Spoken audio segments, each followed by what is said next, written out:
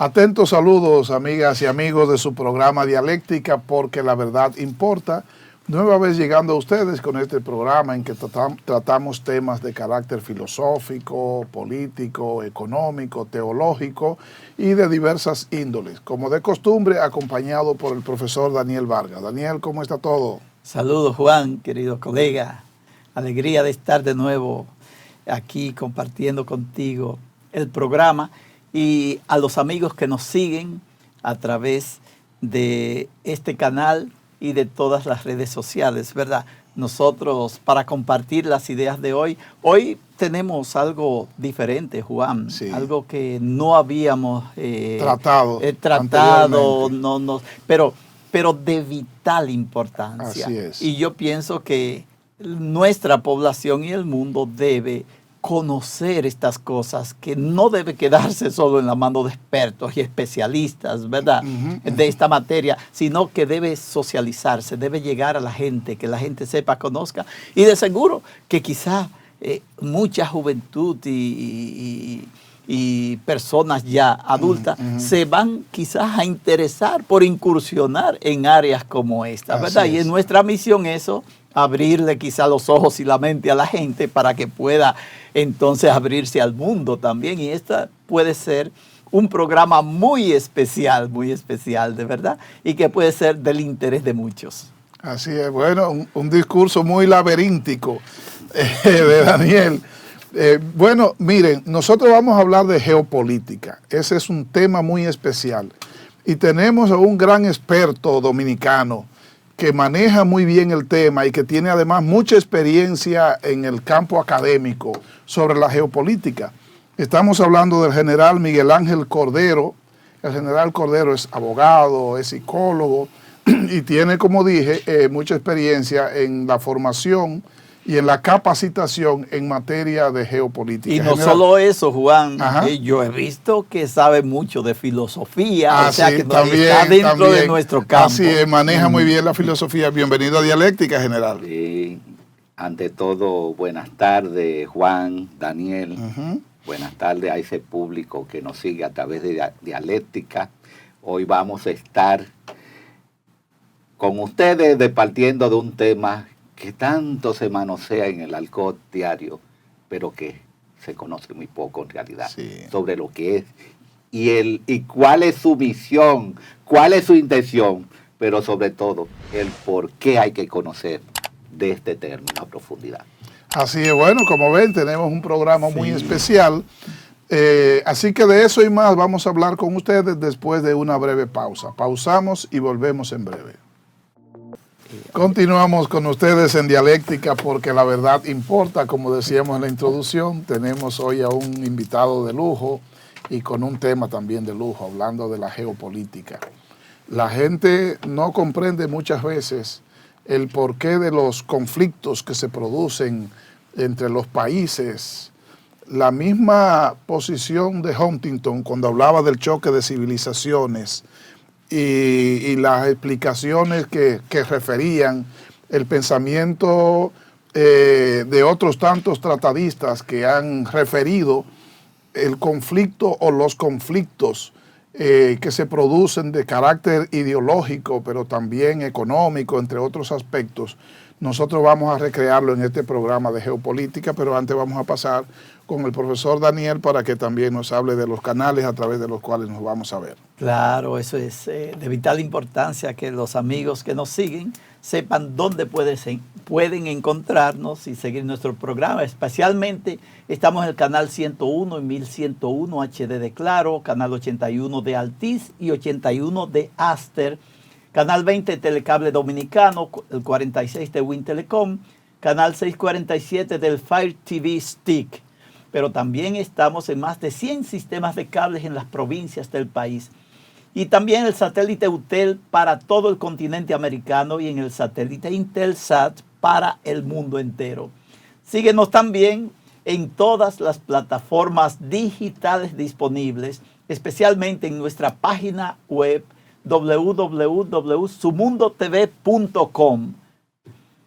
También para ver este programa completo en YouTube, Su Mundo Televisión. Así es que síganos sean fieles como lo han sido hasta ahora. Así es. Bueno, estamos en todos los medios, Daniel. Por eso es que nos reportan sintonía tantas personas, porque estamos prácticamente colocados en todo el continente.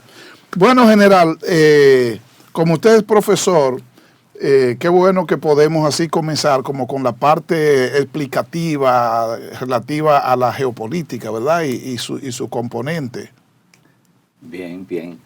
Fíjate, la geopolítica que algunos la confunden con lo que es las relaciones internacionales, con lo que es la ciencia política, y que incluso aquellos profesionales de esos ámbitos, por transitividad, se hacen llamar expertos en geopolítica, geopolitólogos algunos, por el hecho de que dominan tanto las ciencias políticas como las relaciones internacionales.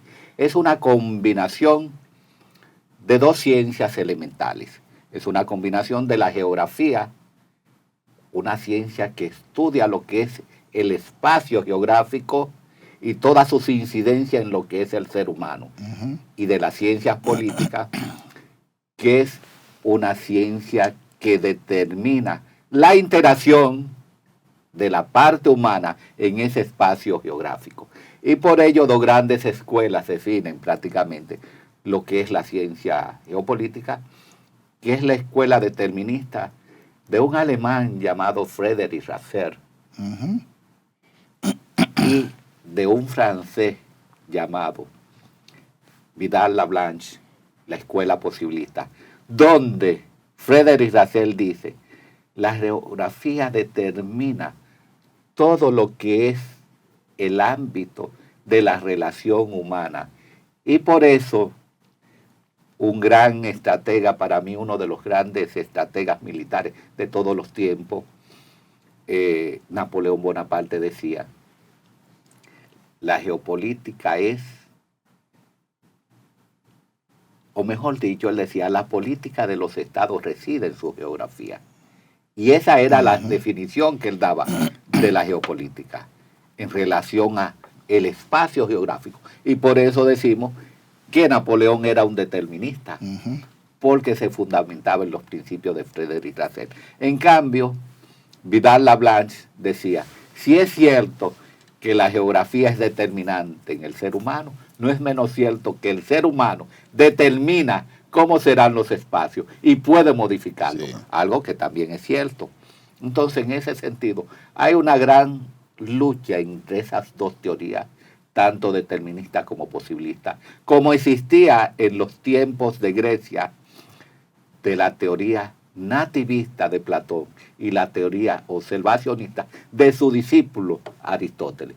Entonces, se transfieren a los tiempos actuales, pero en realidad la gran pregunta es: ¿qué es la geopolítica? ¿Es una ciencia en verdad? ¿Es una técnica? ¿Es una disciplina? Exacto. Como dicen mis estudiantes, que algunos le han dicho, ¿es un proceso? Bueno, para los académicos que tenemos la facultad de determinar qué es la geopolítica a través de la investigación, podemos decir que la geopolítica es una ciencia. Pero si analizamos los pensadores geopolíticos de Marra, de unos 70 años, y de los, podríamos decir, de unos 400, 500 años atrás, como es el caso del padre de la historia, Heródoto, quien fue bautizado por Cicerón como padre de la historia, y es considerado uno de los grandes pensadores y padres de la geopolítica, hasta llegar a Karl Hauptschöffer.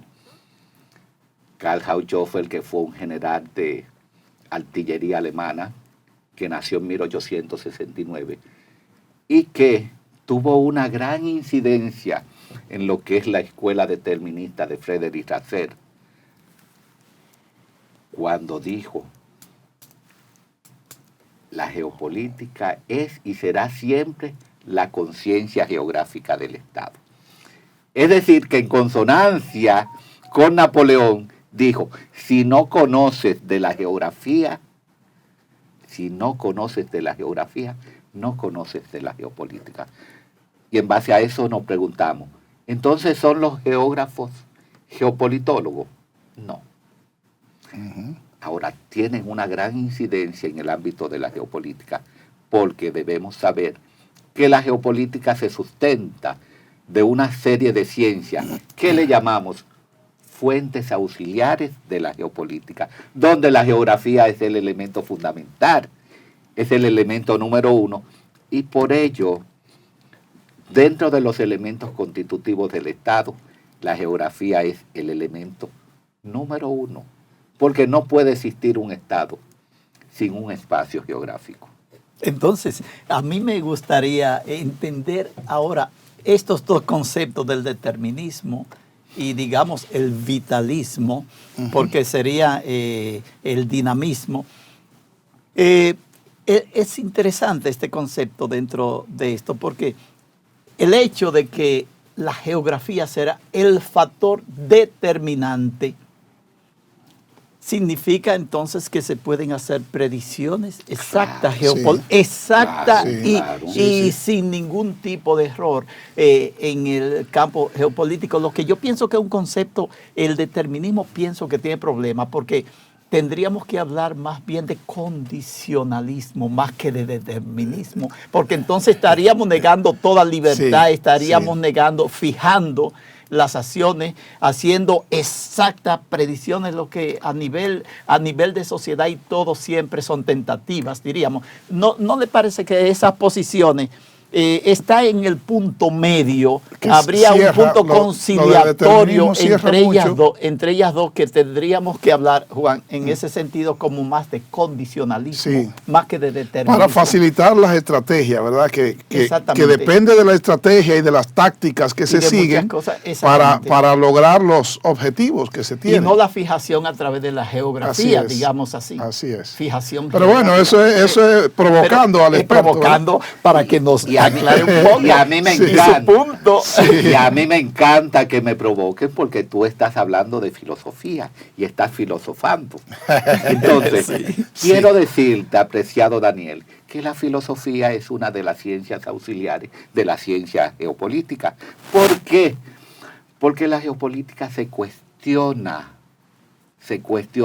el porqué de las cosas a través de la filosofía. Lo cuestiona todo. Y lo primero que cuestiona es el espacio geográfico. ¿Y qué cuestiona la geopolítica del espacio geográfico? Óyeme, ¿cuál es tu aporte al ámbito político para propiciar bienestar? Porque eso es lo que persigue la ciencia geopolítica. Su fin es propiciar el bienestar de su razón de ser, que es la razón del Estado. Porque el objeto del estudio de la ciencia geopolítica es el Estado. Y para saber lo que es la geopolítica, primero hay que determinar cuál es el origen del Estado. Pero el Estado no puede existir sin un espacio geográfico. Así es. No puede existir, y conocemos que el Estado judío se determinó cuando llegó a la tierra prometida. A la tierra prometida. Y que todavía está luchando precisamente, que es un caso que yo sé que ustedes quieren tratar más adelante, para mantener su postura como Estado a través de lo que es el sionismo, que es lo que da origen al Estado, a través de los conceptos filosóficos de unos señores llamados Moisés Hess, Perkin, pero el más conocido, que es el autor del libro El Estado Judío, que es Teodoro Herz. Sí, así que es. son los que dan fundamento a lo que es el Estado judío. Y la práctica de Ben Gurión, de David Ben Gurión. No, porque David Ben Gurión lo que viene prácticamente es a consumar lo que es el Estado a través de la independencia, que es el último elemento constitutivo del Estado. Porque de nada vale que exista algo llamado Estado si no tiene la independencia. ¿Qué es lo que le falta precisamente a Taiwán? Que no es un Estado sui generis, pero no es un Estado per se, hasta que no se le permita la independencia, que es lo que propicia y quiere evitar la China continental. Entonces, pero vamos no a profundizar mucho en ese sentido, porque es que la geopolítica tiene tantas aristas que uno se enamora y se olvida de lo principal. Y tú me decías hace un momento, ¿puede la geopolítica realizar predicciones? Sí, es una ciencia predictiva, es una de las pocas ciencias predictivas. ¿Por qué decimos que es una de las pocas ciencias predictivas? Pero predicción no significa exactitud, porque ni las matemáticas son exactas. Sí, pues son tentativas. Sí, ya ni las matemáticas son exactas. Pero la geopolítica es una ciencia que predice, tiene la facultad de predecir el futuro. ¿Cómo lo hace? A través de una de sus ciencias auxiliares, como lo es la historia. Te vas a la historia, estudia el pasado de los estados, cómo se originó ese estado, cómo está en el presente. Y así tú dices, cómo podría estar en el futuro. ¿Qué vamos a analizar dentro del contexto de la geopolítica para saber eso? Lo que se llaman los factores del poder nacional.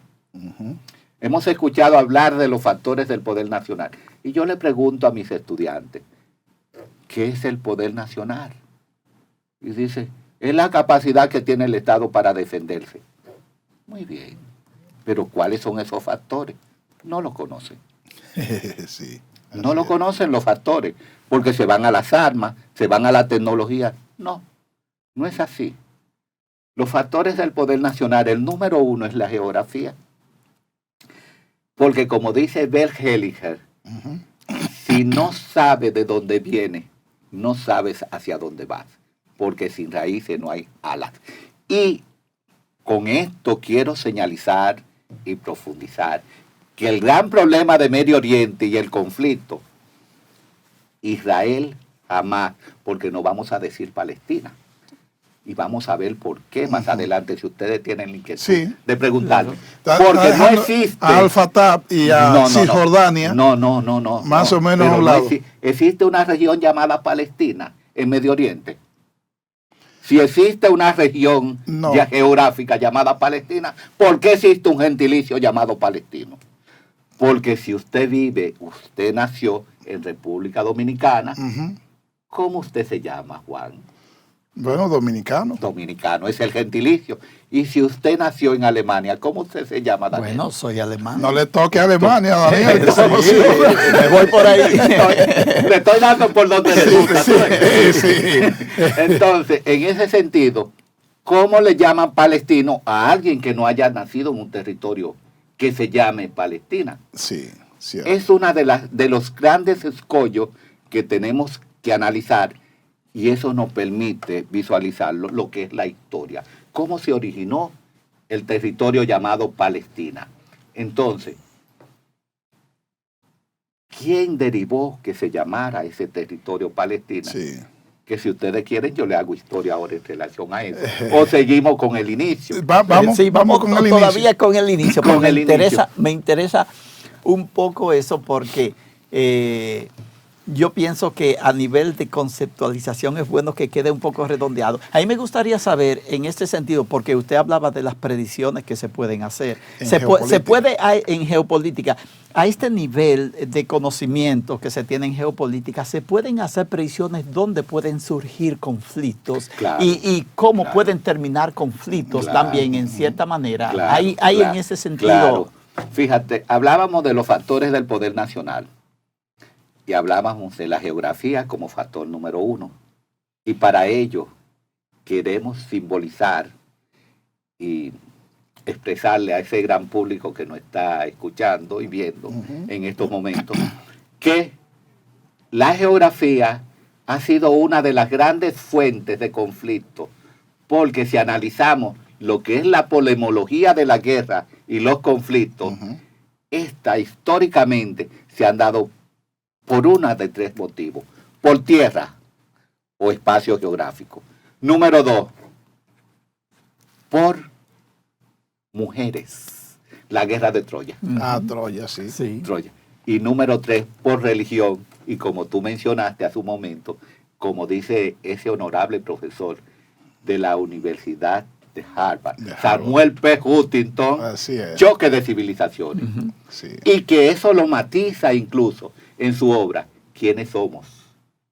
¿Quiénes somos? En sí. su obra ¿Quiénes somos?, que fue escrita después del 9/11, donde él dice, ese choque de civilizaciones a la que yo me referí en el año 1997, entendía que no iba a generar un concepto de nación por las diferencias culturales, pero me he dado cuenta que esas civilizaciones son capaces de unirse y de echar a un lado el aspecto religioso y cultural cuando tienen que defender lo que se llama un espacio geográfico. Así es. Y ahí, en ¿Quiénes somos?, él dice, después del 9/11, en los estadios de fútbol, nadie sacaba una bandera ni de México ni de otro país, era una bandera americana, sin importar de dónde venía, sino que ya estaba identificado dónde estaba. Y por eso hablábamos de este concepto,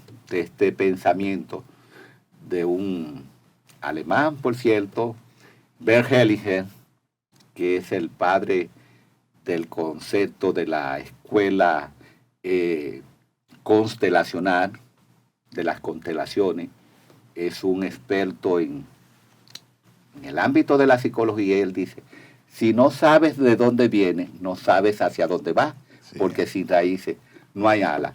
Entonces, en la geopolítica, dentro de los factores del poder nacional, lo primero que debemos determinar es dónde estamos, el espacio geográfico. ¿Qué nos aporta ese espacio geográfico?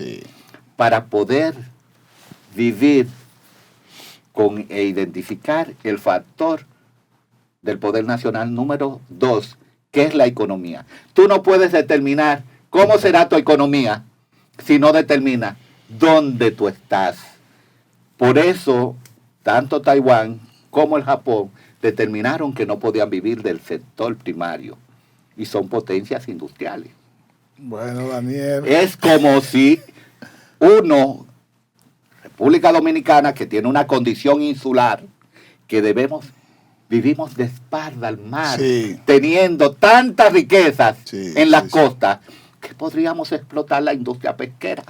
Sin embargo, importamos pescado, importamos sardina, cuando podemos vivir prácticamente de una industria pesquera o de una agroindustria, porque somos un país también eminentemente agrícola, dependiente del sector primario.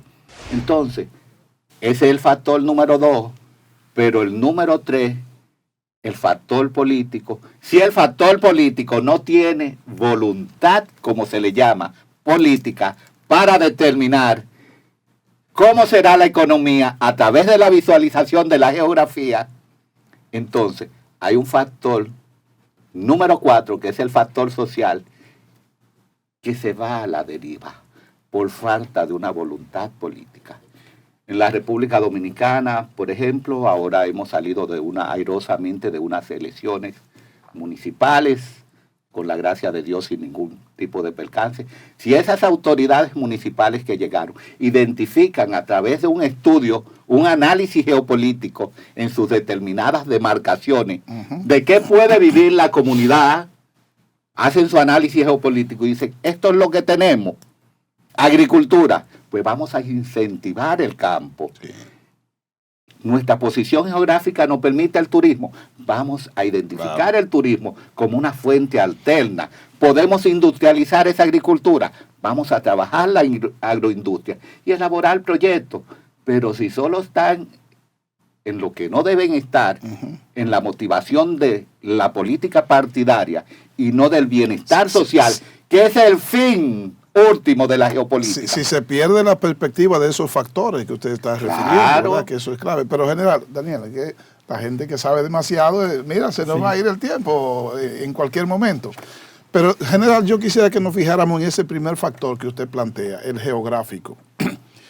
¿Por qué Constantino en aquellos tiempos se fijó en Bizancio y en esa partecita del Bósforo y los Dardanelos, donde está ahora Turquía, estando cómodo y en su espacio de confort en Roma? ¿Por qué se fija allá y piensa en trasladar para allá la sede de ese gran imperio? O sea, lo que significa eso en términos de geografía general.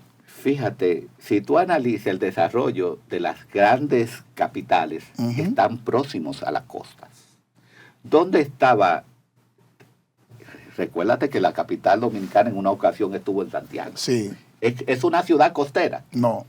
No. Históricamente, desde el descubrimiento de la isla, la ciudad de Santo Domingo aquí ha sido la sede prácticamente de la capital de los colonizadores.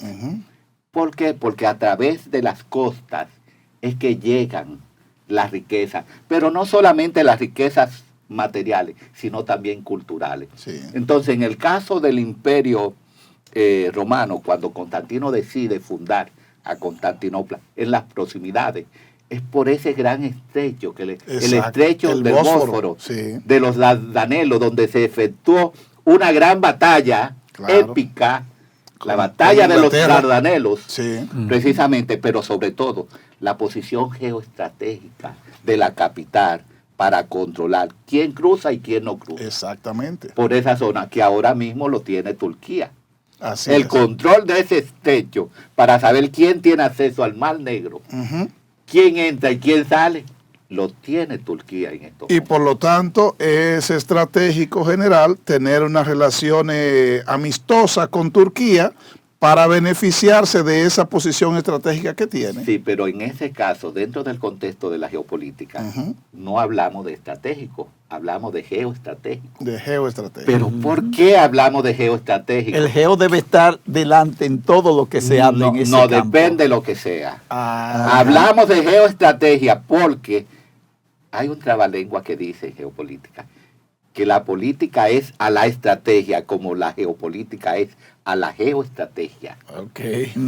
¿Se entiende? La política a la estrategia como la geopolítica es a la geoestrategia. Entonces, cuando interviene más de un elemento del poder nacional en un aspecto de la dinámica relacional de los estados, que es el ámbito de las relaciones internacionales en materia de ciencias políticas, decimos precisamente que las medidas que se toman, que implican el aspecto geográfico, el aspecto económico y el aspecto político que involucra a los gobiernos, ya es algo geoestratégico, porque involucra más de un elemento del factor nacional, de los poderes del poder nacional.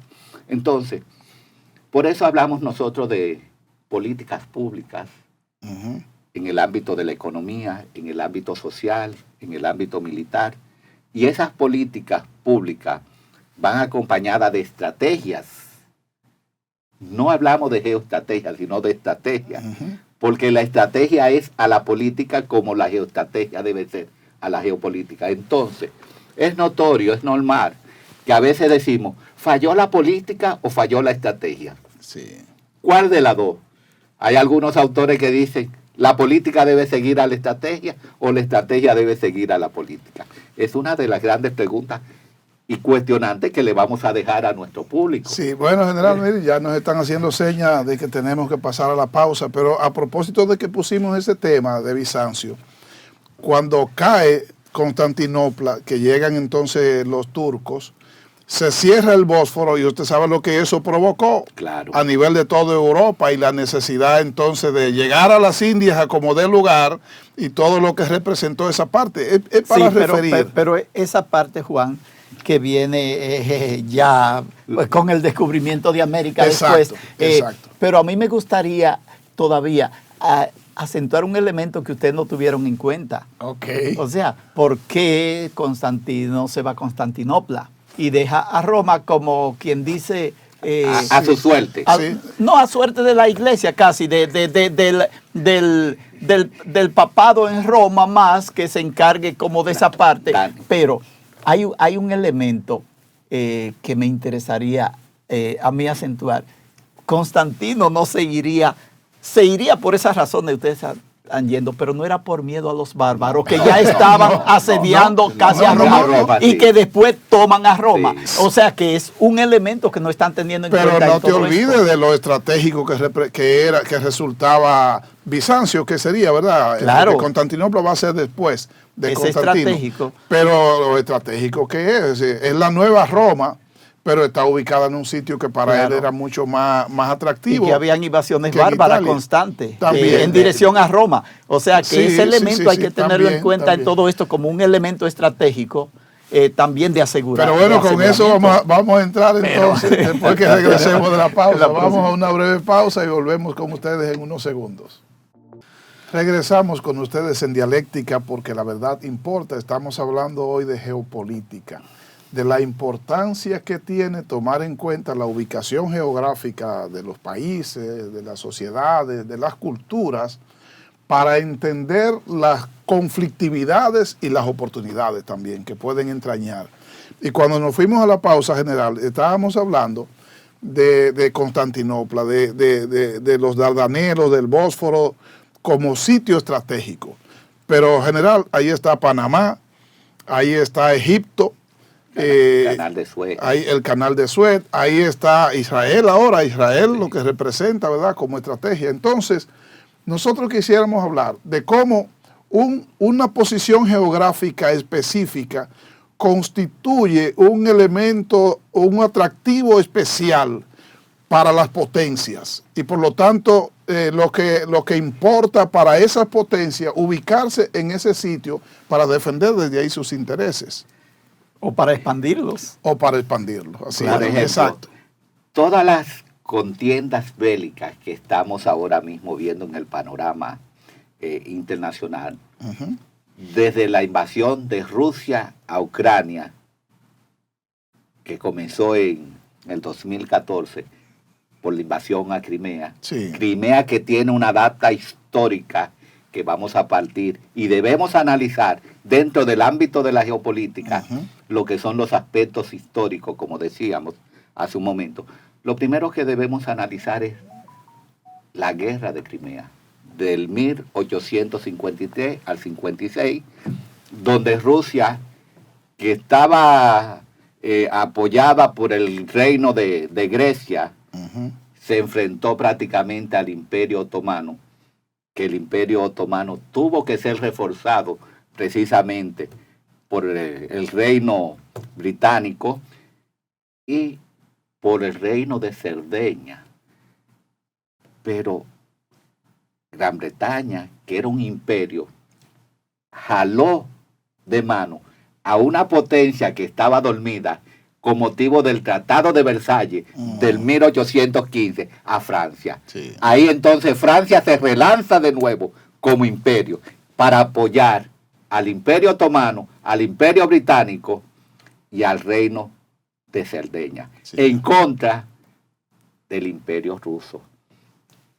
Y obtienen una victoria. ¿Pero por qué se da precisamente esta contienda en Crimea? Porque Rusia pretendía obtener ganancias en ese espacio que está en disputa hoy en el Medio Oriente. Que es clave. Quería vigencia en las tierras sagradas, en las tierras santas, en Jerusalén, que era parte dentro del ámbito de Palestina. Entonces, al Imperio Otomano, con el apoyo occidental, decirle que no, opta por invadir a Crimea. Sí. Pero estamos viendo ahora mismo que se está reeditando esa situación después del debilitamiento como resultado de la Primera Guerra Mundial, de que perdió en Medio Oriente el Imperio Otomano esa porción que es totalmente estratégica. Y nos preguntamos, ¿por qué le ha caído todo el mundo prácticamente a Israel encima? ¿Quién propició el asunto del 7 de octubre del 2023? No fue por casualidad, jamás. Ese grupo que ha sido designado como terrorista por los Estados Unidos y la Unión Europea. Mas, sin embargo, Turquía no lo reconoce como terrorista, ni China, ni por Rusia. Supuesto, ni Irán. Ni Irán.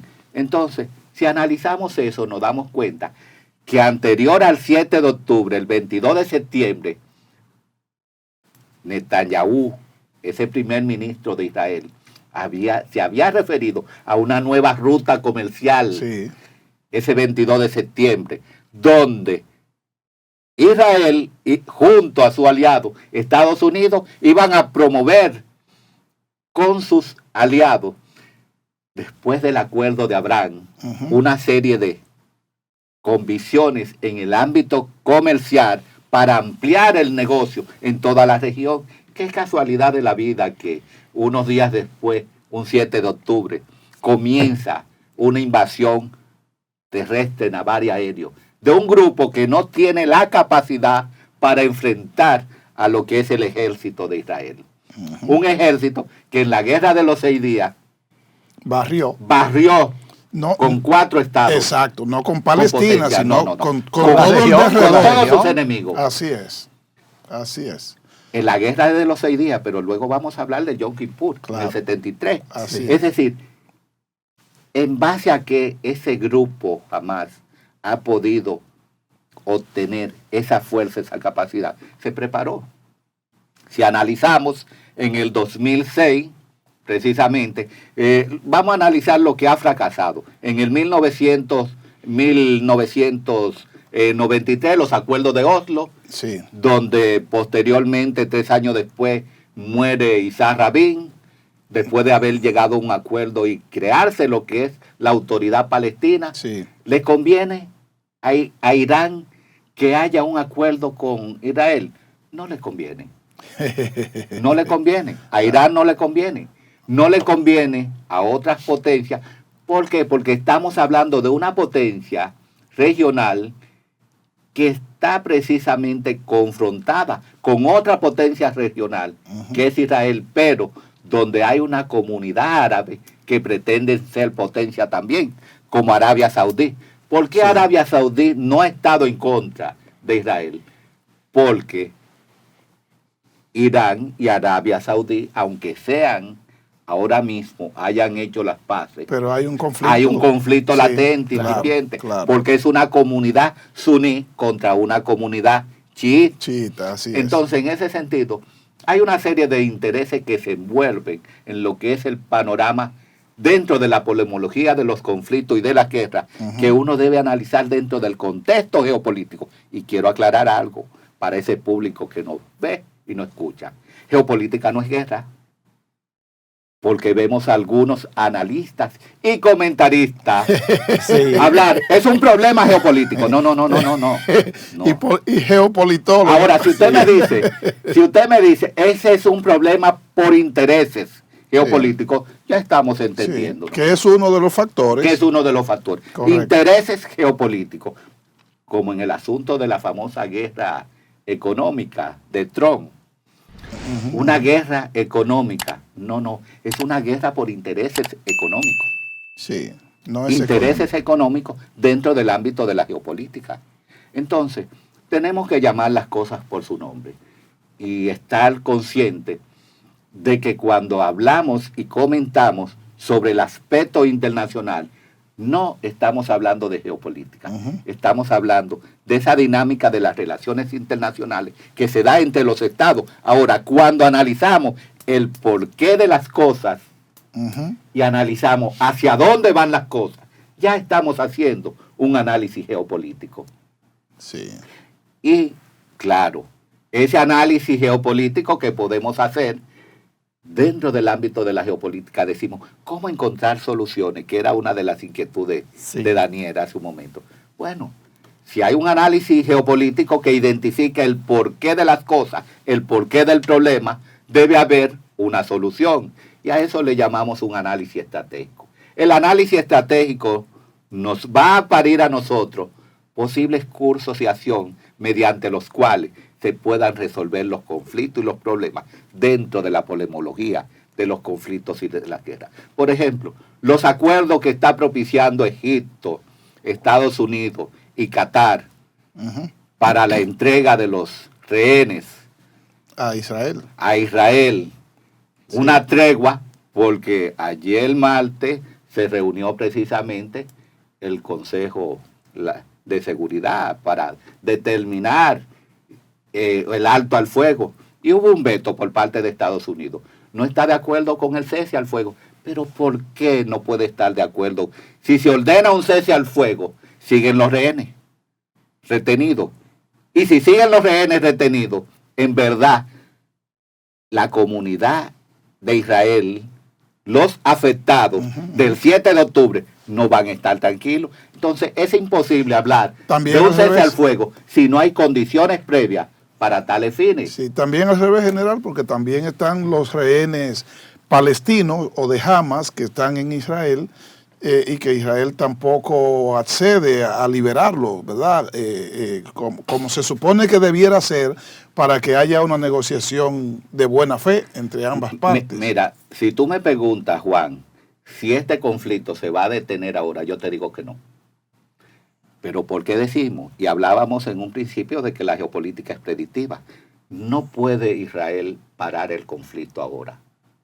¿Cuándo lo va a parar? Cuando entienda que sus enemigos están incapacitados para hacerle frente. Y si hace un alto al fuego, lo está empoderando y le está dando facilidades para que se artillen de nuevo, para que tomen posiciones nuevas y para que se reconstituyan, como hablamos en táctica. Entonces, es imposible por ahora visualizar lo que es un momento de paz, porque la misión y la intención del ejército de Israel y con ello de sus autoridades políticas es desmantelar lo más posible la capacidad, el sistema de organización, el sistema de abastecimiento de lo que son las fuerzas de Hamas. Sí. No solo de Hamas, de sus aliados. Sí, porque ese tren de abastecimiento que se daba por mar ya se ha cortado. sí. Ese tren de abastecimiento que se daba por el aire ya se ha cortado. Entonces, en ese sentido, en esta guerra, en este conflicto, cuando mermen las capacidades del grupo de Hamas para hacerle frente a lo que es la paz y a la tranquilidad de quien tiene el poder en esa zona, que es Israel, no se van a dar las condiciones. Bueno, mira, eso es la táctica de guerra. General, eso no podría extrapolarse al caso de Ucrania y de Rusia. Si se hace un llamado a Rusia también para que cese y para que no pudiera darse la misma situación de fortalecimiento del enemigo. Juan, son dos escenarios totalmente diferentes, porque Ucrania ha sido invadida. Sí. Sin embargo, se le ha llamado a Rusia un alto al fuego y no ha cedido. Medio Oriente es una bola de humo, es una distracción para lo que está sucediendo. Y Putin lo ha logrado. Putin ha logrado lo que quería al crear nuevos escenarios de conflicto en Medio Oriente, al crear nuevos escenarios de conflicto en el Mar Negro, en el Mar Rojo, con los hutíes, amenazando el comercio internacional. Exacto. Que de hecho está perjudicando más a China que a los Estados Unidos. Sí. Porque ya los comerciantes, los dueños de navieras chinos, dicen, le han gritado, y por eso la economía china está en debacle, porque por ahí se le pega un torpedo a cualquiera que pase de una manera indistinta. Con el problema de Yemen. No, con los hutíes, que están precisamente ahí en la ciudad, tomaron en el 2014, mira qué casualidad, en el 2014 Putin toma a Crimea, y en el 2014 los hutíes toman la capital de Yemen, que es Sanaa. Sí. Ellos dominan lo que es no Yemen, porque una cosa es Yemen. Ellos dominan el 30% del territorio de Yemen. Así es. Entonces, han tomado mucha fuerza, tienen una capacidad tremenda y dicen, estamos preparados por si los Estados Unidos entran. Estados Unidos no va a entrar a Yemen, comenzando, porque sería otro Afganistán. Aunque ha estado bombardeando. Lo bombardea, pero objetivos. Bombardea sus bases misilísticas, sus bases de apoyo militar, su parte logística a nivel de armamento. Pero no le interesa meterse en lío con 17 millones de yemeníes que se lo está llevando quien lo trajo. Así es, así es. Que tú no sabes, porque ¿cuál es el gran problema con Hamas en la franja de Gaza? Sea en el norte o en el sur, en la parte de Rafah. Que tú no sabes quién es un miembro de Hamas. Así porque es. ya se pudo determinar que miembros de la UNRWA, de Naciones Unidas, eran miembros de Hamás. Sí, sí, Entonces, ya esa parte de las Naciones Unidas que tiene que ver con lo que es el apoyo humanitario, ha perdido prestigio y la ONU tiene que revisarse en ese sentido. Bueno. Donde ya se determinaron que varios miembros de ellos eran del grupo de Hamás. Sí. Entonces, es difícil determinar en una población quién es y quién no es un terrorista. Y por lo tanto, porque en cada casa donde se ha metido, encuentra munición, encuentra armas, en las escuelas, en los hospitales. Y los vínculos con el Hezbollah, por otro lado, que también potencializa la capacidad ofensiva de Hamás. Ese es otro de los elementos que son circundantes en el ámbito de la guerra, porque yo te voy a decir lo siguiente.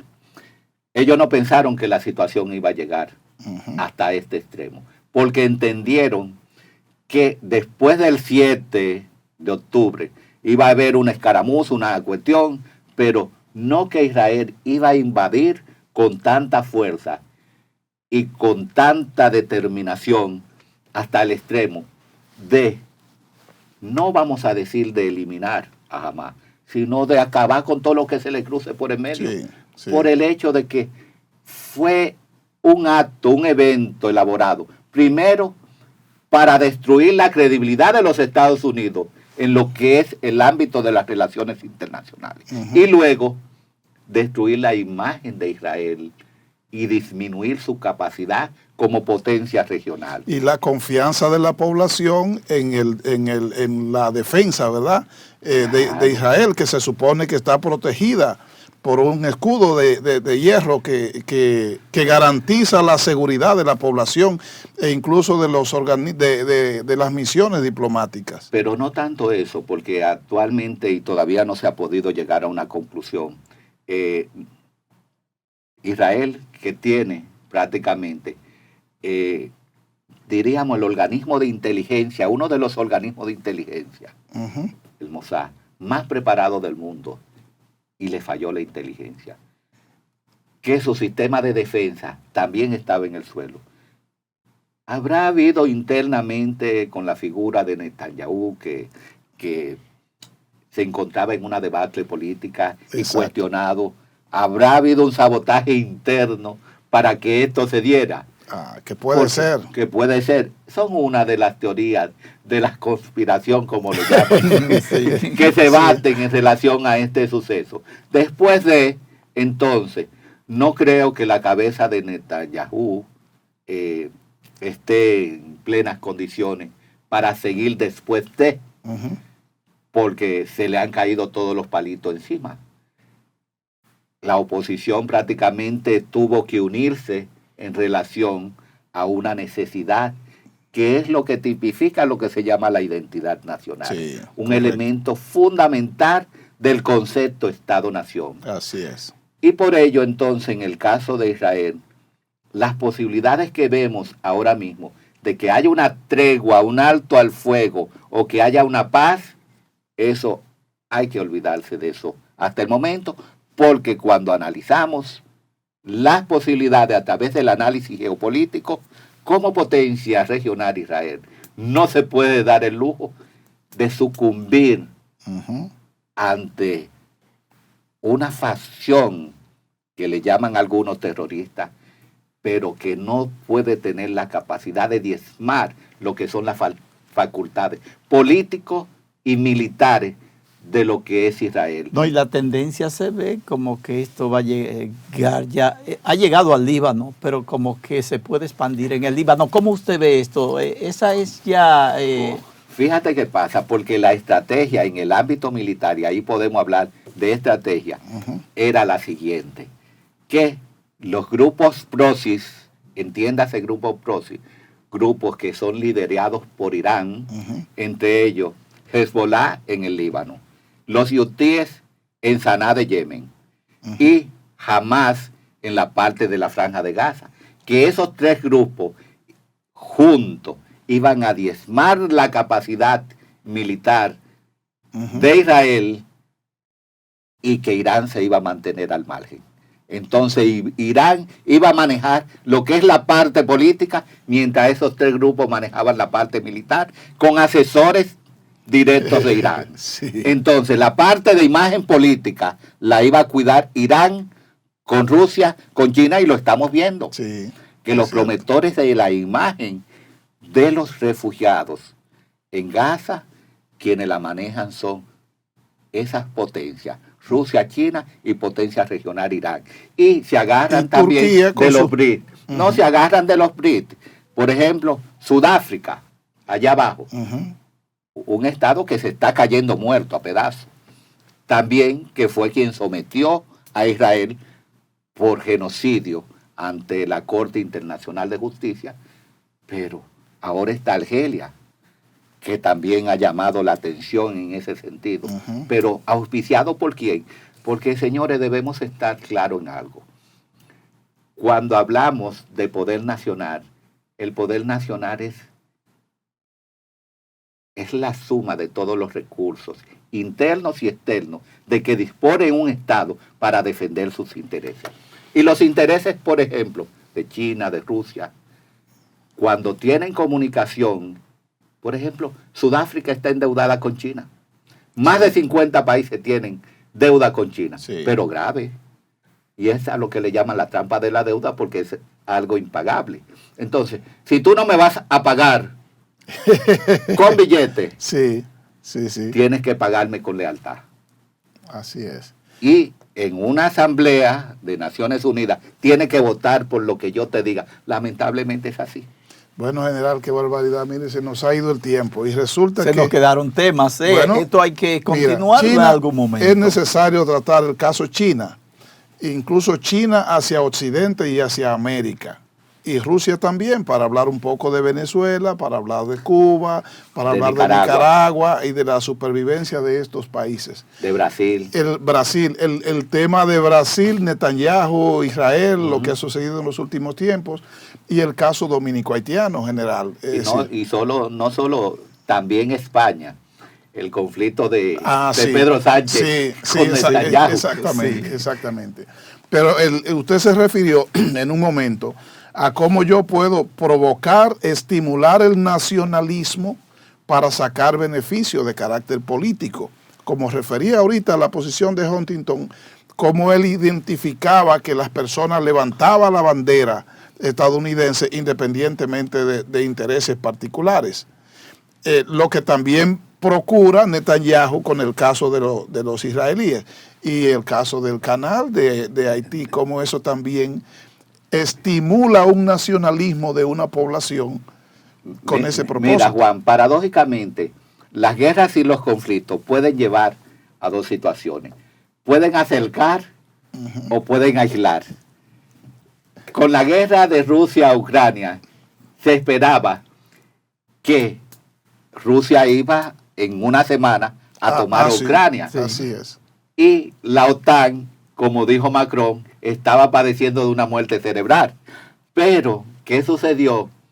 Los Estados Unidos estaban divorciados de la Unión Europea, pero con la guerra de Rusia-Ucrania, que ya Estados Unidos, a través de sus fuentes abiertas y sus fuentes cerradas, había determinado de que Rusia sí iba a invadir a Ucrania, y la Unión Europea decía, no la va a invadir. Esa guerra trajo como resultado la unión, de nuevo, los amoríos entre Estados Unidos y la Unión Europea, pero no solo esto, la reconstrucción de lo que es la OTAN, que estaba, Rusia entonces le dio respiración boca a boca a la OTAN y auspició paradójicamente la unión entre Estados Unidos y, valga la redundancia, la Unión Europea, por el hecho de que los intereses te unen. Los intereses te unen. Y eso conlleva precisamente a que tú zanjes esas diferencias que tienes con tus aliados antiguos en beneficio de salvaguardar ¿qué factor nacional? Tu espacio geográfico. Bueno, general, qué barbaridad, ya sí Sí. se nos fue todo el tiempo. Estamos muy agradecidos en Dialéctica por su presencia. Usted tiene que volver con nosotros y quiero pasar con el profesor Daniel para que despida el programa. Sí, agradecido con usted y con nuestros amigos televidentes, con todos los que van a ver este programa y a seguirnos siempre. Gracias a ustedes por su fidelidad. Estamos con ustedes toda la semana y esperamos que ustedes siempre estén con nosotros, que será entonces hasta la próxima semana. Hasta luego. Muchas gracias, general. Gracias a ese público que lo sigue